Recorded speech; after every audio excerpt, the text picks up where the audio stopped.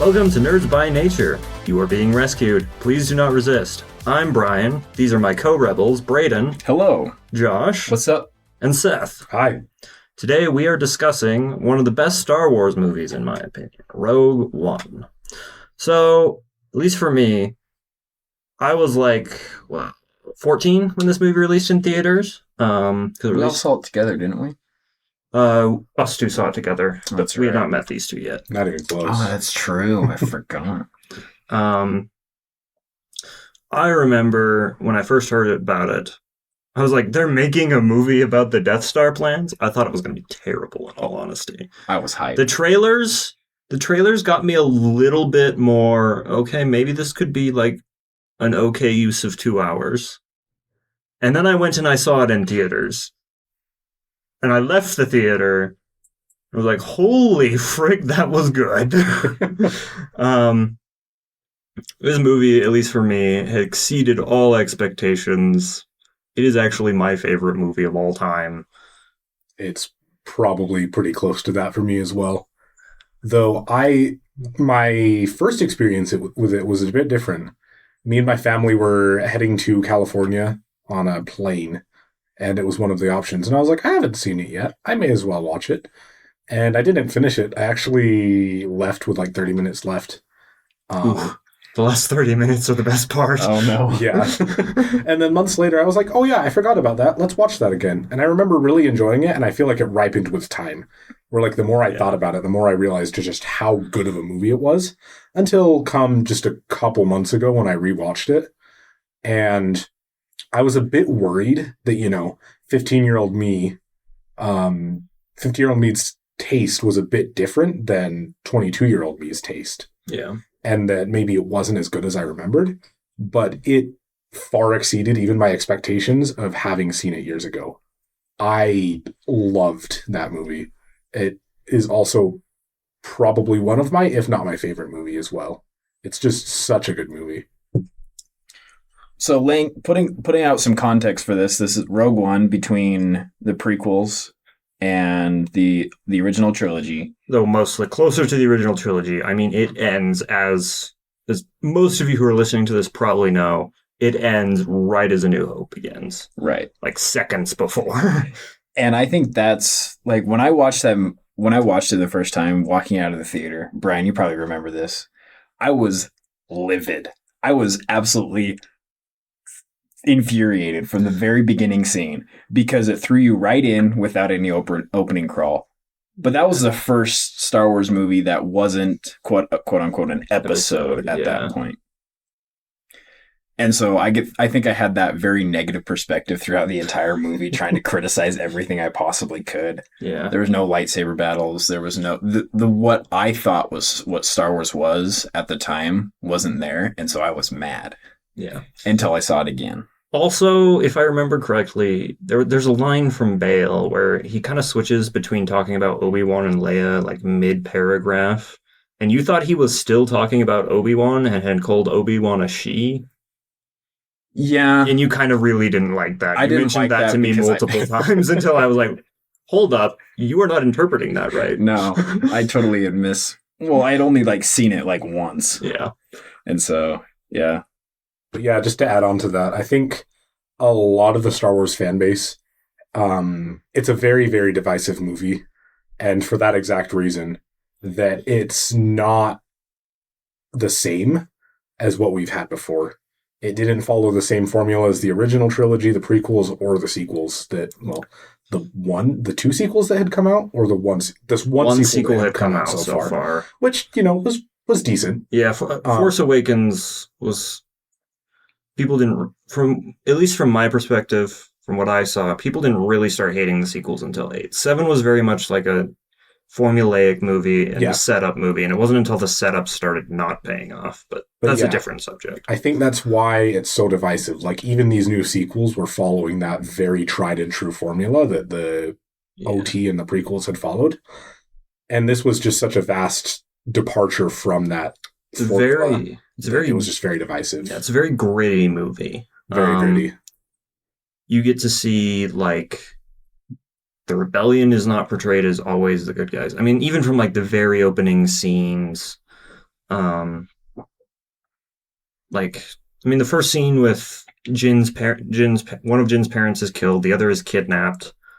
Um, you get to see kind of a somewhat morally gray character, at least closer to morally gray, in Jalen or so, and that he's the engineer for the Death Star.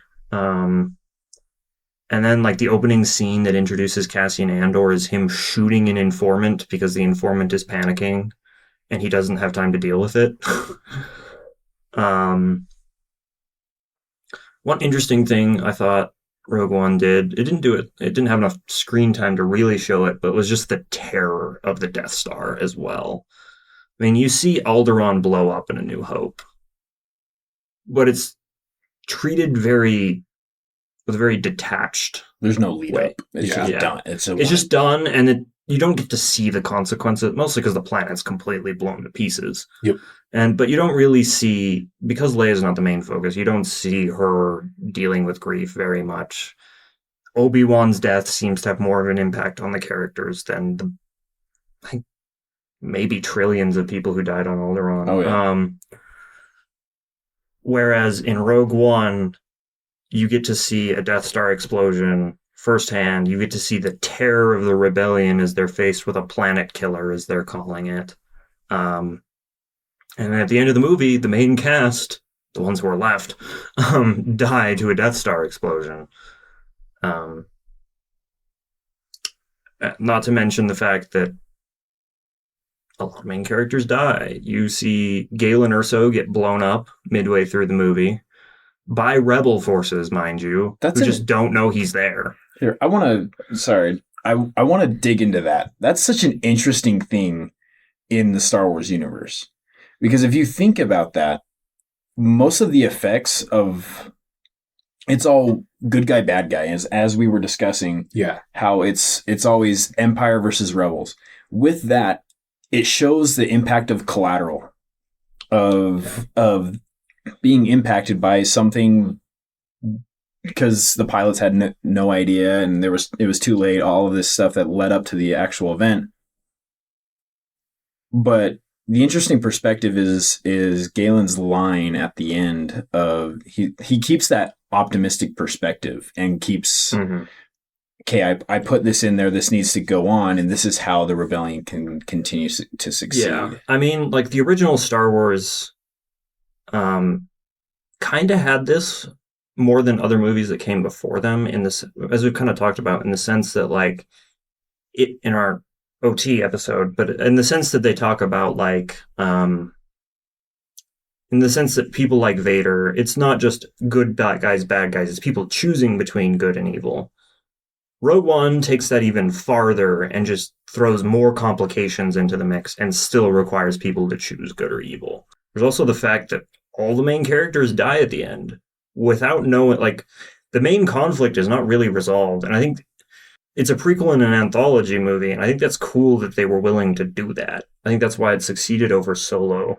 Whereas Solo felt like a random side quest, these guys directly let themselves lead up into A New Hope. And because of that, it felt high stakes. And though the ending was satisfying, the main conflict was not resolved, and they let A New Hope resolve the main conflict. It wasn't a new conflict, yeah. Yeah. Yeah. Just to add on to that, talking about that whole idea of the entire main cast dying, that's another thing that I know a lot of people either really like or really dislike, or, somewhere in the between. For me, it's really bittersweet. And I think for a lot of the people that really like Rogue One, it's just such a bittersweet moment to see all these characters that you've seen grow so much throughout the movie just all go up in flames, literally. And I think one of the interesting things that makes Rogue One different from other movies that kill their entire main cast is Rogue One actually isn't a tragedy. Yeah. They're dying, but they're dying to push the cause forward. They won't see it finished, but they're willing to sacrifice to get it closer. And I just, that emotional ending I really like it. We see that in the last line of the movie, right? That, like, what does this mean? Hope. I can't remember the exact one. There's the whole rebellions are built on hope mantra throughout the entire movie. But it is an interesting idea that, like, the entire cast is going to die. I mean, that was kind of a constraint that had to be set out, right? Because we had the OT that was written years upon years ago. And if they were to want to try to change the canon and, like, oh, these people survived, then that just wouldn't work. And so they were kind of constrained by that. And yet the director, what's his name? Edwards. Gareth Edwards decided to take that and run with it, it seems. He built a story that just happens to work with such a tragic and yet really hopeful ending. As a writer, I think it's really cool how whoever wrote the script for this movie, I don't know if it's Gareth Edwards or if Gareth Edwards was just the director, but how they just embraced the constraints and used the constraints to make a compelling story. I think that was really good. I think that's why these movies succeed. This movie succeeded, especially in comparison to like Solo, where they really didn't seem to use the constraints at all.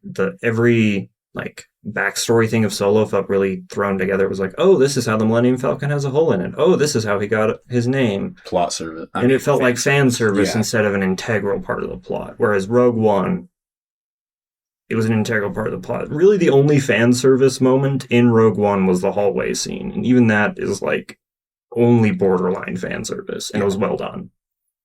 One thing I really also like about the movie that I think complements it really well is the soundtrack. Yes. They weren't able to get John Williams for it, probably because he was working on The Last Jedi or something, and also because he's like 90. But Michael Giacchino did a really good job, in my opinion, combining the feel of the Star Wars soundtracks with a more gritty, emotional tone. Like, Your Father Would Be Proud is one of my favorite soundtracks ever. And I'm a big fan of the Imperial Suite. Oh, man. Yeah. The Imperial Suite was a really good retexture, in my opinion, of the Imperial March. Yeah. They also did Vader really well. I feel like that almost goes without saying, but like the hallway scene. Yes. Let's jump into some of those scenes. Like that hallway scene was OT Vader in a way that we've never seen him before. Yeah. And I will say, I'm just going to give this to Disney Star Wars in general. One of the things they have done that I like, both in the Kenobi show and Rogue One, is that they have taken Vader, and because they have less limitations as far as like props and Vader, because of modern technology, Vader can now move in a way that's a lot more intimidating, and they have taken that and run with it. And though I have a lot of critiques of Disney Star Wars, I don't have a lot of critiques of the way they've done with Vader. Now, what I'm about to say may make some Star Wars fans a bit mad, but just watching the OT pretty recently, I feel like Darth Vader isn't actually as imposing as I remember him to be. He's kind of lame, not gonna lie. Yeah, he's a cool villain, but I think he just doesn't. Maybe just how he's portrayed in the OT doesn't really hold up as well. He's not imposing. He's not, really not. But like Rogue One and other modern Disney media really does put that imposing part of Darth Vader into him. They show how Vader terrifying. Yeah, they show how Vader treats people who he does not know. Yeah. Can I bring up something else with that Darth Vader hallway scene? I just remember in episode 4, we have the original hallway scene, right? Where we have all of the rebel troopers lined up on the hallway, and then, the stormtroopers come through and just destroy all of them. Yeah. But I feel like that doesn't have a ton of impact. It's just introducing the conflict. Yeah, it's introducing the conflict. It's introducing Vader. But just something that Rogue One does so well, as we've already talked about with the fact that all the main characters die, it makes the deaths feel really impactful. As we see the Death Star plans run from person to person, from rebel to rebel, it focuses on the individual, and you see just each of them cut down as it's passed from person to person. You see the horror of it. You see the horror of it. It's terrifying. Yeah. And yet you just it's exhilarating at the same time, because there's that whole idea of hope of these people are willing to sacrifice themselves for such a great cause. Even this being a prequel, you're sitting there on the edge of your seat. Or what the heck is going to happen? Are these plans going to actually get there? Like, and that trying to pass it between the door and all of that. That was like, even then, I was on the edge of my seat of like, okay, if this doesn't make it, what the heck are they going to do to try to fix this? Like, what's going on? I know the end result, but I was still in that. It's like rereading a good book. You might know the end result, but it's still intense. Exactly. It was awesome. I think another thing that was with Rogue One is I think the entire Scarif scene, as soon as that goes into like that third act of Scarif and the entire retrieving of the plans and all of that, is something that Star Wars really hadn't had very much of before. Was down in the dirt, gritty warfare. Yeah. But at the same time, you're still seeing like what we talked about. It's down in the dirt, gritty, but you're seeing like the rebellion rallying together for like kind of the first time. I haven't seen Rebels. I'm sure they probably did have some moments in Rebels, but beyond Rebels, this is kind of the first rallying scene for the rebellion where they've kind of decided that they're taking a side. I mean, they've taken a side before, but they've decided it more firmly now. Well, that's even in the movie when they can't even decide to take action to go attack Scarif. They're all separate, and they we can't do anything because we're not united on our same objective. Yeah. They jump in, and okay, somebody's already taken the first step. This is our choice to let them die and maybe not get and finish it out or go with it. One of my favorite quotes from the movies is Jin as they're landing. We'll take the next chance and the next, all until we succeed or we run out of chances. Which is an awesome perspective. Just going into the moralistic part of this entire show of building up on hope, even though when things suck and all of that, it's keep just going with it, going with what you have, not being sucked down by things hitting you over and over and over again. You got to move forward with what you got, which is an awesome moral for such a we mentioned it's not such a tragedy, but it's tragic. Yeah. And this rebellion is being squashed over and over by this imposing force. Something I think about a lot as a writer is contrast. Contrasting victorious moments feel victorious because you've seen the character have to struggle for it. Indeed. Stormlight is really good at this. Rogue One is also really good at this. Pretty much every really good thing that I enjoy because of the contrast. Yeah. Speaking of that contrast, just to talk about those characters that you see their struggle, and then seeing them overcome it. I'd like to, before we go back to the combat, I'd like to talk about Jyn Erso for a second. Just her as, like, the main character. Yeah. Like, yeah, there's Andor and there are others, but I just love Jyn Erso. I really think she's just such a great main character. And that whole idea of that struggle, and then just seeing her victorious at the end. And I just think that they did such a good job with her to the point that when you see her die, it's sad, but like it's also just super satisfying. Not to see her die, but like just such a good end to her arc. Yeah. I mean, the character development is one of the things people criticize about this movie sometimes. I think there's some validity to that simply because it's a 2-hour movie and there's a pretty extensive main cast. There's just not enough screen time to do what they wanted to do and still get in enough character development. Yeah. About another half hour, I feel like you really could have done better, but the character development they did do is great. Like, especially Jyn Erso's moment where she sees the hologram of her father, I think is a really great moment for her character.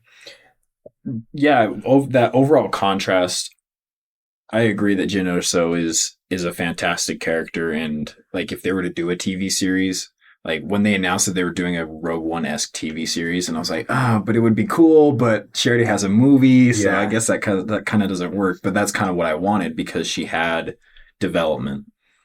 But that contrast of being a smothered character of just once again impressed by the Empire, and kind of being formed into what the Empire wanted, of just being suppressed and just absolutely submissive, and then turning into that rebellious leader in the end of that transition of seeing her father and seeing her father put in these steps of such a role model for her, then moving on to putting together, seeing her father die, moving on with that into building a team, even against orders when she didn't even want to be there. She's like, well, go take me back to my prison cell. I'd rather be there and be done with it, not be.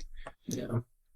But that overall arc, I think, is very interesting. Of every single one of those characters have a reprogramming of sorts, which is kind of a sub theme of that movie, of that change in perspective. Yeah.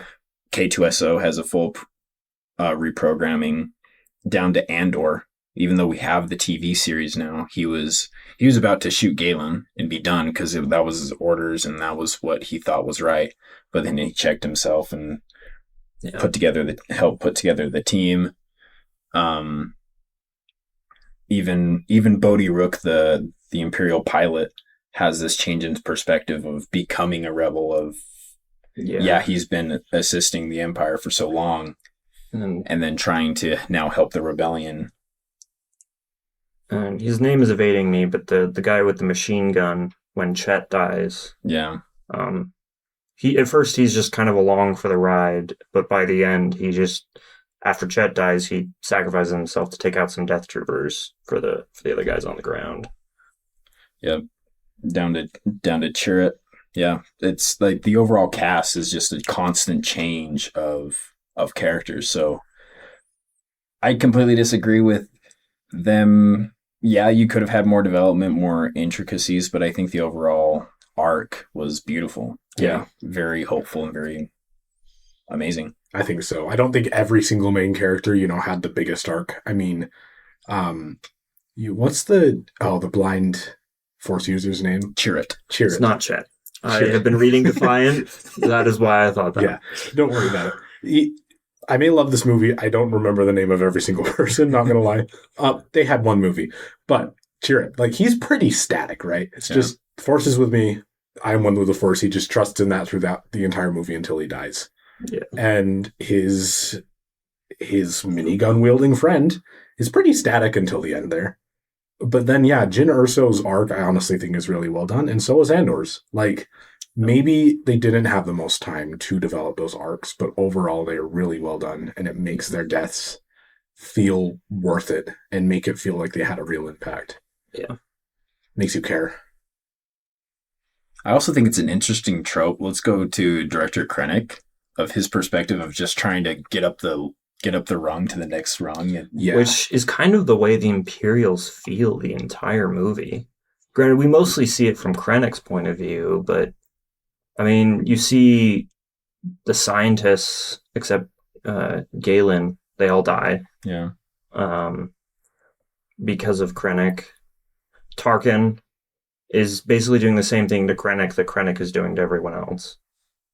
Even Tarkin is trying to get up to the next rung and just try to get a better up into he's just Grand Moff territory. Tarkin's entire thing in that is he's basically trying to keep Krennic down. Mm-hmm. And Krennic's whole thing is that he's super ambitious.